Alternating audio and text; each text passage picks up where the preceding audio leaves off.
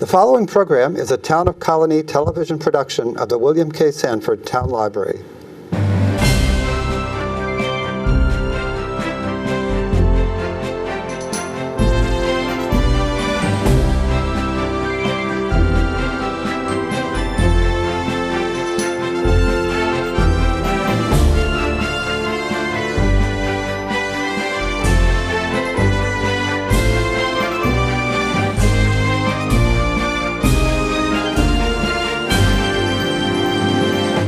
Welcome to Getting to Know You. My name is Joe Nash. Today we're going to be talking about the Albany Institute of History and Art. We have with us Aine Leader-Nagy. She's the Director of Community Engagement. And Patrick Stenshorn. He is the Interpretive Programs Director. So welcome. Thanks for coming. We're going to be talking all about current and ongoing and upcoming events and programs and exhibits. And let me start, Aine, since you've been here many times, we'll start with you. Before we get going on this fall, we're going to be talking about events right up until December 31st. How's everything going there this summer? I know you have a lot of children's things going on. How's the summer been? We do. I was actually at the front desk this morning as people got picked up from the class, and they were happy, and it was full classes. I think it was been a full registration this summer, which has been great. The education department runs those programs, and on Tuesday through Thursday we have classes for 6 to 12-year-olds, and we have a toddler a 3 to 5-year-old preschool program on Friday mornings, which is always very popular. Okay. And Patrick, do you work in some of these programs with the kids? Well, those particular ones, no, because I'm not myself an artist. Okay. We do have an art programs director as well, and we have some teaching artists who teach those classes, but I do work with students in the galleries. So I do a lot of the teaching in the art exhibitions or the history exhibitions. And you were telling me before we started, you're involved with all the lectures? Yes. So I should say with every exhibit, there's all kinds of events and programs that go along with every exhibit that you have down there, right? And so you put a lot of those together? Yeah, we have programs for everyone, from young kids up to adults. So. All right, well, we will talk about some of those in a minute or two. Absolutely. So I got your big 3 events or exhibits going on. These 2 just started in July. They're there till December 30th. And the big theme for everything this fall is animals. So we all know that animals have played a big part in all the arts. So was there a reason, before we talk about these, was there a reason why animals as the overall theme was chosen? Or part of it was actually the decision to have an exhibition of William Shade's work. It's the 10th anniversary of his passing. He was a local artist, professor of art, and so there had been discussion of hosting an exhibition of his work for some time. And when that was finalized, thinking about the layout of the galleries and what it might take up in terms of space, we thought of complementing that work. His work is very heavily involved and influenced by animals, and going into our own collection and pulling out art pieces, decorative art pieces that showcase animals. And so it's really a wide range of pieces that are on view. One of the earliest is a window, I think, from the 1600s. And we have photographs of a child dressed as the Lone Ranger, doing trick-or-treating on Halloween in the area too. It's just all sorts of. So they're all okay. When we get to that, we can talk about that. And while we're talking, there'll be some pictures on the screen people can see. So why don't we start with William Shade? You're calling it a menagerie of whimsy. So as some of the art's being shown, how did what can you say about his art in general?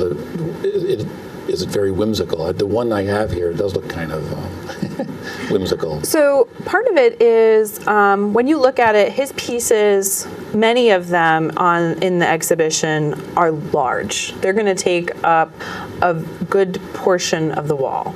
And then there are smaller pieces like the ones that you're looking at right now that's more of a accordion book that will unfold and maybe, I don't know, 3 feet long. And it's about the detail of the words and the phrases that he incorporates in with his illustrations. So one of the rooms in the exhibition is a focus on Noah's Ark. He did a whole series that was looking at the animals that would have been on Noah's Ark. And so they're almost portraits of the animals that are around the perimeter of the room.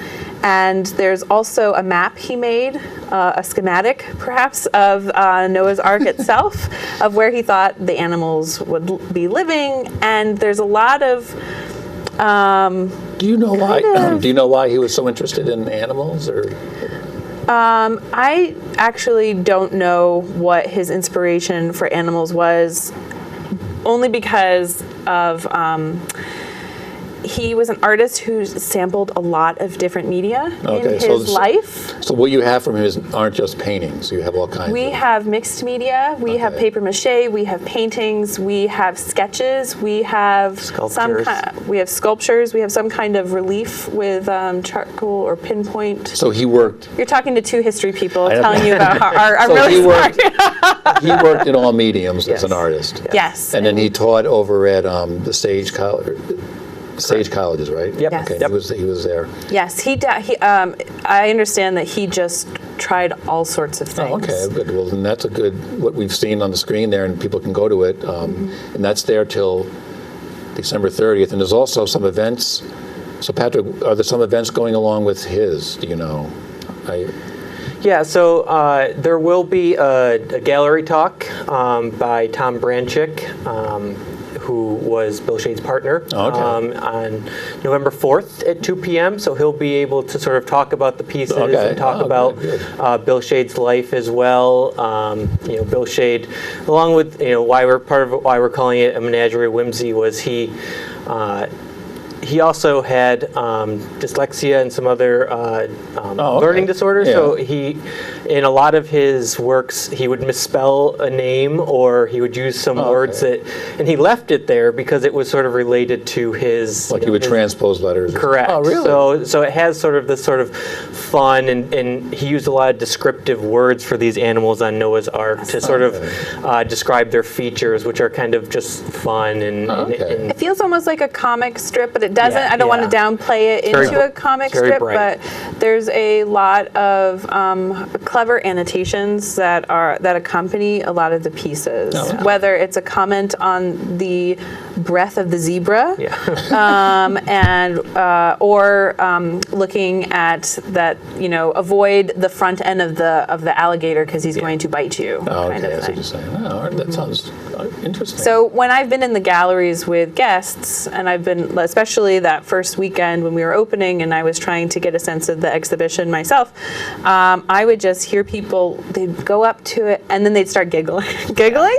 And so I think people have really enjoyed taking time to look at the So some of them you may have to pieces. get a little close to. Yes, you can enjoy it from a distance, but you're going to get a whole different sense of each piece when you go up and you study it in some detail, because there's a lot of jokes. Oh, okay. Oh, good. All right. So that's the Menagerie of Whimsy, the Art of William Shade, right? Yes. And that's there till December 30th. So going back to what you were saying, you went through your collection, which I know because we've talked about in the past. You have millions of items. It's called Birds and Beasts, the Scary, Magical, and Adorable Animals of the Albany Institute. So everything in this is from your art warehouse. Is that what you call it? Yes, from our collection storage. We have and you got fine arts, decorative arts, photographs, toys, household furnishings, jewelry, and they are all somehow connected to animals or showcase animals. Yep. And you have stuff from the 1600s right up until the 2000s, because I think people forget your institute started in was it the 1700s? 1791. That's right. Okay. And so that was what the root of the organization, and the bulk of our collections started in the 1800s, and then especially in the later part of the Right, 1800s. so- That's when we got a lot of our stuff. So Since we've been collecting for a long So time. since I said it a few minutes ago, all through history, art and animals seem to go together.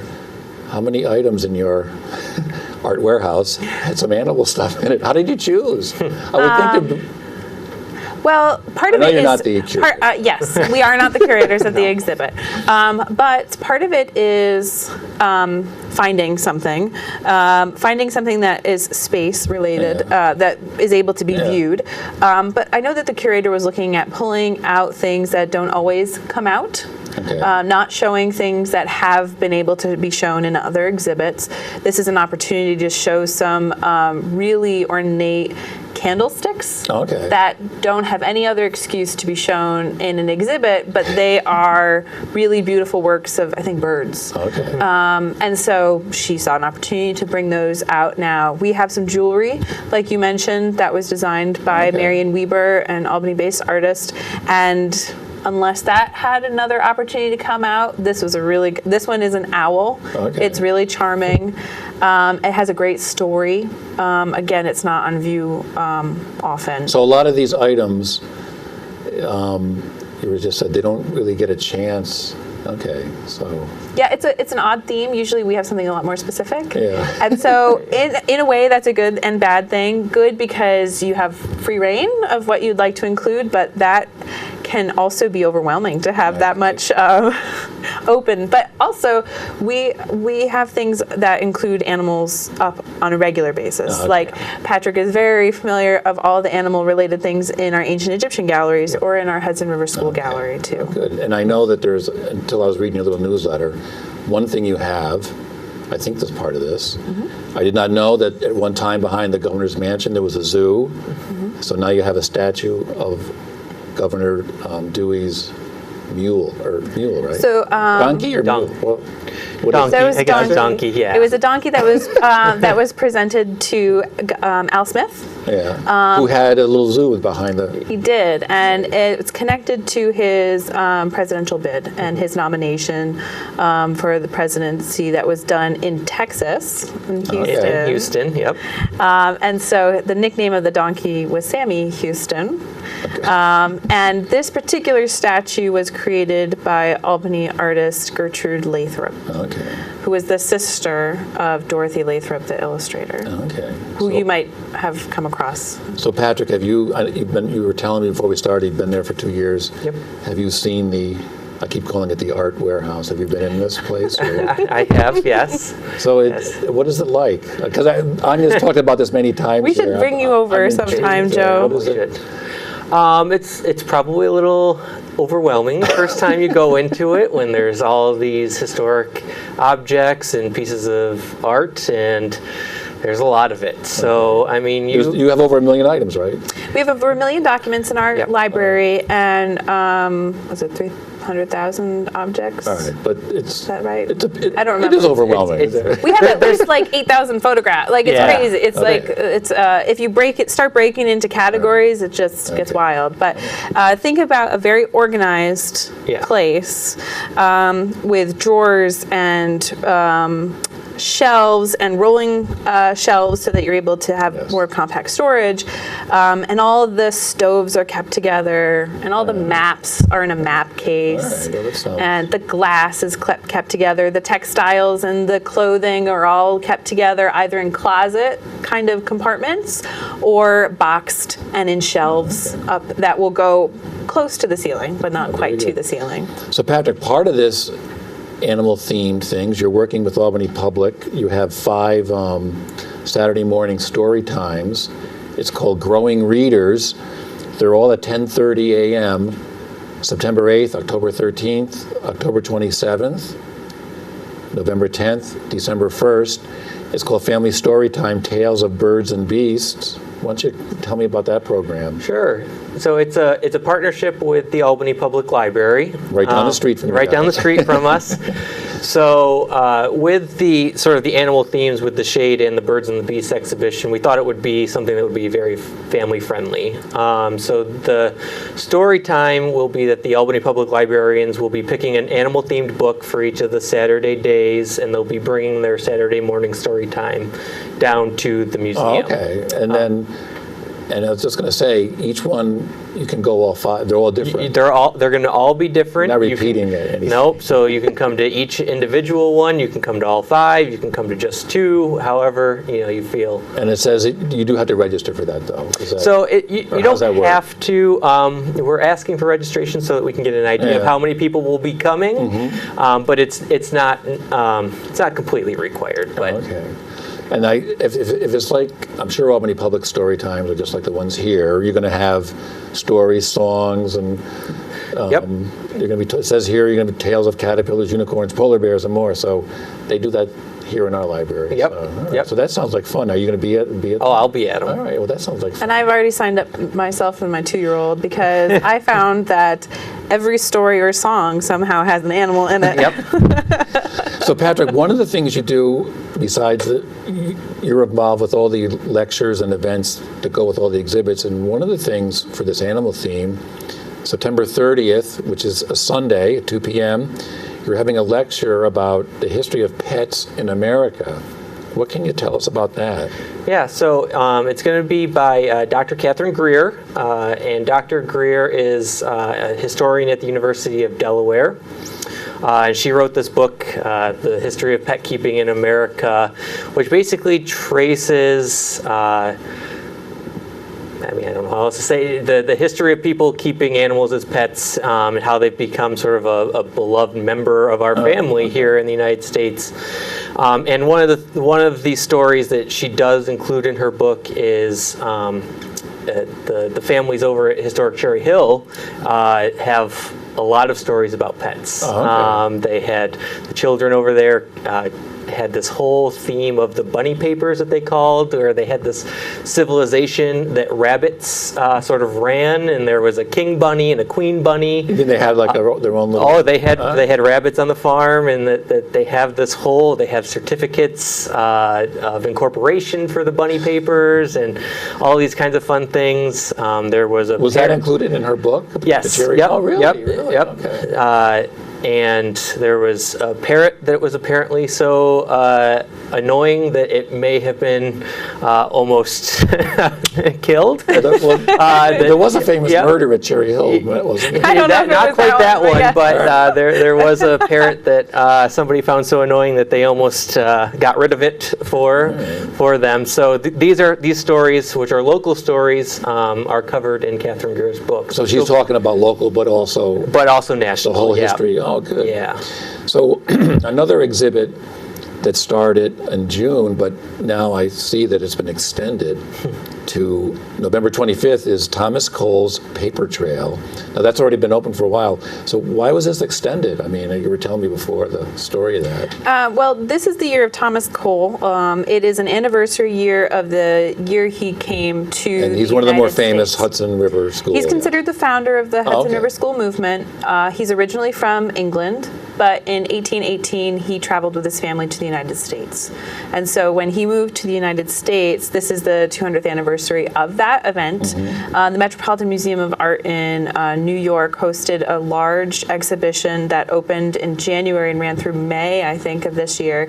We lent some materials to that exhibit, and that exhibition kind of lit the fire under other organizations to really consider Thomas Cole this year. Okay. And so our Thomas Cole's Paper Trail exhibit is pulling from our collection of Thomas Cole papers. We have a very large collection of his personal papers, sketchbooks, account books, family letters, things like that. This is like handwritten poems published. Yes. When people are doing research about Thomas Cole, they inevitably come to see us and our collection. And so when we, during this anniversary year, other organizations are hosting exhibitions, and we got a lot of requests for loans of our paintings, our Thomas Cole Well, paintings. don't you have an extremely We large? do. We have probably 10 Would that be a reasonable guess? Number Yeah. of Thomas Cole paintings that are usually up in our Hudson River School gallery, Yeah. but they are traveling. All right, so you pulled out the other We pulled out some from of the art warehouse. original pieces, and they're really interesting, and people who are looking at Thomas Cole, traveling to the Hudson River Valley to see his house maybe, or go to Olana, we're hoping that they will also come and see us, because we have some things as incredible as preliminary sketches for the Voyage of Life series. Okay. And so the Voyage of Life series is one of his famous works, and the fact that we have the equivalent of a dinner napkin table sketch kind of looking thing is really fascinating. Right, so and so people who are, it's behind the scenes, these things don't come out very often. They're works on paper, so they can't usually be out for an extended period of time. And so this is a great time to see them. How do they protect? Are they enclosed in glass? They're all framed or in protective cases. So do you know, I don't know if this is a question for you, but you didn't bring the curator, so. what are these? We'll try. I haven't seen it, but We both have history backgrounds, but not. So what are these the paper trail, all these little selection of things? What does it say about him that maybe the paintings don't, or do you know, maybe, does it just give a more well-rounded picture of This is like an artistic process, the life of an artist. We have some of his earliest tree sketches. Okay. He's known for his trees. And The Hudson River they're School movement is known for trees and landscape and natural environments. well, they're just pencil drawings, They're or like preliminary. On paper. kind of as he was learning to draw trees, these were the trees that he was drawing. And so we have a series of 4, I think, up that are known to be some of the earliest trees that he has drawn. Some of the other 2 trees that we know of are traveling. One's in London right now, and one is at the Thomas Cole House. And so he's known for his trees. So it's a chronological, almost evolution of him as an artist. He was studying trees, okay, and then who was he hanging out with? Who were the other artists he was hanging out with?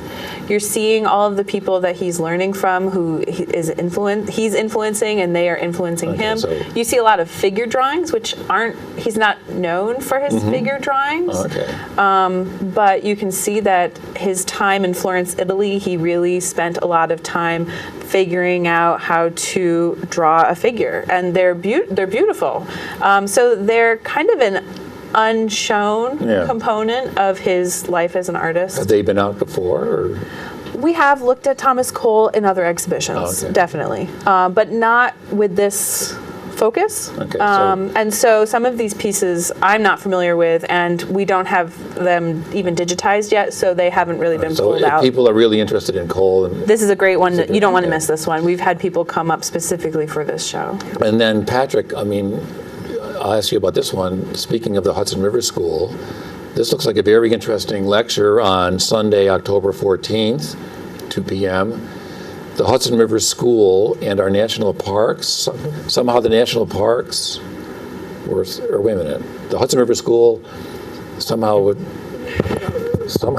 more, what was it? They did have something. Tell me what I'm trying to say. So Dr. Rebecca Bedell, she's at Wellesley College in Massachusetts. She's done a lot of research on how the Hudson River School art movement and sort of the environmental sciences of the 19th century impacted or were influenced by each other. Were they picked up, were they have a park and stuff? So some of it may have been influenced, and maybe you'll have to come to the lecture to find out what she has to say. So yes, there are some sites. So one of the images is that we have in our gallery is of Frenchman's Bay up in Maine, which is now part of Acadia National Park. There were other national parks that other Hudson River School art, that one happened to be by Thomas Cole. Several others like Thomas Moran, Albert Bierstadt, Frederick Edwin Church, they traveled and painted the Grand Canyon. They painted Yellowstone, which became the first national park. They painted Yosemite. So she's really going to be exploring sort of how this idea about people viewing these paintings began to see the need to preserve the natural world in a period of rapid industrialization and this concern about what pollution and what deforestation was doing to the world. So the other thing I was trying to say, so they painted some of these places before they were national parks. Correct. And then, so and then they eventually would become national parks. That is very interesting. Okay. And there's another event. You guys have a ton of events. You can go to albanyinstitute.org.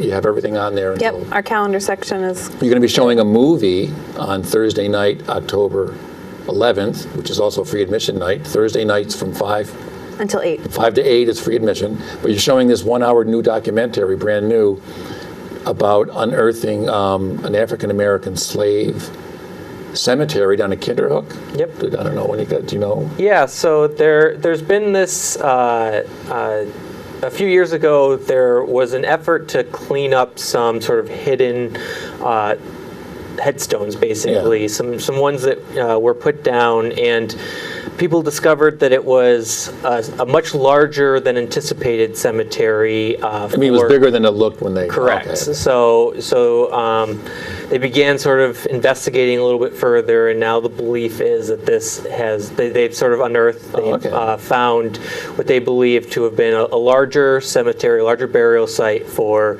African-American slaves who had been buried probably during the colonial period in America, and it's sort of this documentary is telling the story of how they found it, who they believe might be there in this cemetery as well. And because we just got something at the library, it's a brand new movie, so I don't know, this might be one of the first times it's being shown around here.